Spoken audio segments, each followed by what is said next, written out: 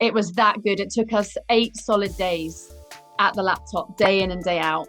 27 sections of evidence, which boxed in GDPR, harassment, uttering, fraud, coercion, harassment. It was all boxed in, and every single page was numbered, evidenced in law. It was absolutely incredible. And I didn't do that. Can you see a point in time where this whole council tax thing is just going to have to implode? Do you think there'll be a point where there's just too many people who have woken up to the scam? Yeah, I think non-compliance is the only answer. If everybody is non-compliant. I mean, my dad is a Navy, ex-Navy, submariner, does, likes to live in the rules, went to see the Queen in her coffin, that sort of thing. He just sent me the other day, help. And I said, is everything all right? You're 500 miles away. And he went, I haven't paid my council tax. And I was like, what? And he just went, well, I just thought I'd test it. But most people don't want to pay. They just don't want to understand why they don't need to pay. And I think there's two different roads there.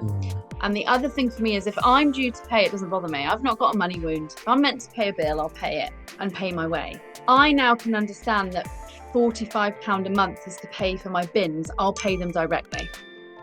My water bill, I'll pay them a small amount because they can't prove to me if it's clean. So I'm now having to distill it. Those sorts of things. I'm in that negotiation now. And I think it's not that I won't stop paying, because you do deliver something to my door, which I'm more than respectful on. But it's about negotiating and having a conditional acceptance of what this now looks like. But I think if the councils all fold, my worry is they can't, because it would send everybody into absolute hysteria. So everything is going to be like a slide over and we wouldn't know it's ever happened. Or do you think this is what devolution's about? Do you reckon? Yeah, perhaps. I do think the non-compliance is the way forward because it's such a simple fix. It was like the Great British Strike or something. He's got the point of that if we all stop that one day, there's not enough bailiffs, there's not enough courts, there's not enough councils. They would never, ever run.